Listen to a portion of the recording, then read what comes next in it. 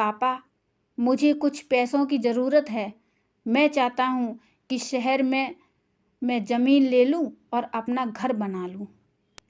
तो पिताजी इस बात को सुनकर बहुत खुश हुए। उन्होंने ये नहीं सोचा कि मेरा बेटा अगर शहर में ही बस जाएगा तो मैं यहाँ पर गांव में अकेले कैसे रह पाऊँगा।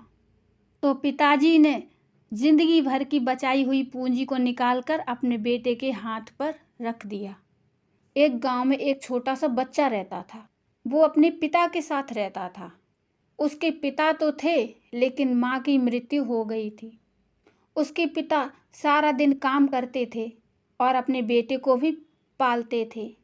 वो सारे सुख अपने बेटे को देना चाहते थे। वो अपने बेटे को वो सब देने की कोशिश करते जो एक माँ दे सकती थी। उस पिता ने कभी भी भगवान से अपने लिए कुछ नहीं मांगा, सिर्फ इतना ही मांगा कि मेरे बेटे को कोई परेशानी ना हो। धीरे धीरे दिन बीतते गए और वो बेटा बड़ा होने लगा। उसका बेटा पढ़ लिख कर अच्छा जॉब करने लगा और शहर में रहने लगा। कुछ दिन बाद वो अपने पिता से मिलने आया। बेटा वो सारे पैसे लेकर शहर चला गया और उन पैसों से अपना घर बनवा लिया। इधर पिताजी इंतजार करते रहते थे कि मेरा बेटा फिर से आएगा। उसके पास अब कोई नहीं जाता था, क्योंकि अब उसके पिता के पास पैसे बिल्कुल नहीं थे। कुछ दिन बाद बेटा फिर लौटकर आया और अपने पिता से कहने लगा कि पापा, आप दादाजी बनने वाले हैं। तो पिताजी को बहुत खुशी हुई। इस बात को सुनकर तो वो खुशी से नाच उठे। कहने लगे कि तू मुझे मेरी बहू और पोता से कब मिलाएगा? बस पापा, थोड़े दिन और। पापा, मुझे कुछ पैसों की ज़रूरत है, क्योंकि आजकल थोड़ा जॉब में खींच-बीच हो रहा है, जिसके कारण मुझे कुछ दिन के लिए सस्पेंड कर दिया गया। पिताजी के पास अपने बेटे को देने के लिए कुछ भी नहीं बचा था, लेकिन फिर भी पिताजी ने कहा, अच्छा बेटा रुक, मैं अभी आया। कुछ पैसों का बंदोबस्त करके। तो उसके पिताजी बाद में महाजन से कुछ पैसे उधार लेकर अपने बेटे को दे देते हैं और बेटा पैसे लेकर शहर चला जाता है। बरसों गुजर जाते हैं। उसके पिता सोचते हैं कि मैं तो अब दादाजी बन गया हूँगा, मेरा बेटा पता नहीं मेरे नाती को लेकर कब आएगा। फिर सोचने लगते हैं समय नहीं मिलता होगा, इसलिए मेरा बेटा अभी तक आया नहीं।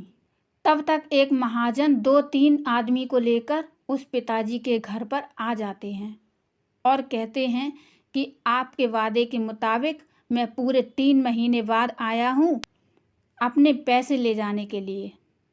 तो पिताजी कहने लगे कि मेरे पास पैसे नहीं हैं।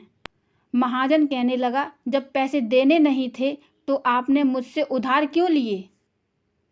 तभी पिताजी कहने लगे कि ठीक है, रुको, मैं तुम्हारे लिए पैसों का बंदोबस्त करके आता हूँ।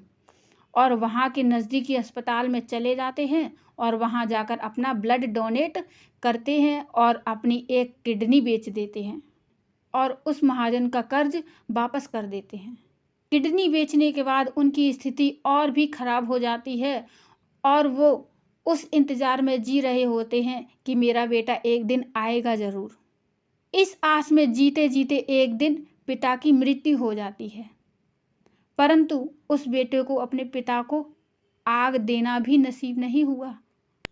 दोस्तों, मेरा तो कहना केवल इतना ही है कि यदि आपके माता पिता जब बुढ़ापे में होते हैं तो उन्हें सबसे ज़्यादा आपकी ज़रूरत होती है। उन्हें ना तो पीछे छोड़ें और ना ही उन्हें एक बोझ के रूप में देखें। उन्हें बोझ मत समझो, बल्कि उनके साथ एक दयालु व्यवहार रखें।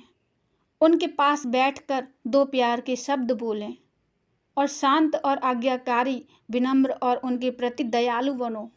अपने माता पिता के प्रति विचारशील रहो। दोस्तों, आज ही आप सब इस बात का प्रण ले लीजिए कि हम अपने माता पिता को खुश देखना चाहते हैं। जब से बच्चा छोटा होता है उन्होंने देखभाल में कोई कमी नहीं करी होती है। उन्होंने आज समाज में हम लोगों को एक सफल व्यक्ति के रूप में प्रस्तुत किया है। किस तरह हमारे माता पिता बचपन में अपनी सारी खुशियों को कुर्बान करते हुए हम सबको पालते हैं, हम सबको बड़ा करते हैं और हर बात का अच्छी तरह से ख्याल रखते हैं, किसी भी बात से परेशान भी नहीं होते। यहाँ तक कि बच्चों की हर शरारत से वो परेशान नहीं होते, बल्कि उन्हें हर हाल में अच्छे बनने की राह दिखाते हैं। लेकिन जैसे जैसे वक्त के करवट के साथ समय बीतता जाता है और यही बच्चे बड़े हो जाते हैं और पैसा कमाने लगते हैं, तो खुद को इतना बड़ा समझने लगते हैं कि उन्हें अपने स्वार्थ के आगे कोई नहीं दिखता। ऐसे ही उनके वही माँ बाप बोझ लगने लगते हैं और बुढ़ापे में माँ बाप की सेवा करने के बजाय वो उन्हें धुतकारने लगते हैं। माँ बाप की सेवा तो बहुत दूर की बात है, उनमें दोष ही निकालने लगते हैं। ऐसे संतान होने ना होने के बराबर ही होती है। उन्हें 2 वक्त का खाना ना खिला सके, उनके साथ 2 मिनट बैठकर कुछ अच्छी बातें ना कर सके। ऐसे बच्चे माँ बाप के बुढ़ापे की लाठी नहीं बनते, उल्टा माँ बाप को बोझ समझने लगते हैं। दोस्तों, आपको ये कहानी कैसी लगी? कृपया मुझे कमेंट में ज़रूर बताइए। कहानी अच्छी लगी हो तो लाइक कर दीजिए और चैनल को सब्सक्राइब कर लीजिए। और दोस्तों, बेल आइकन को ज़रूर प्रेस करिए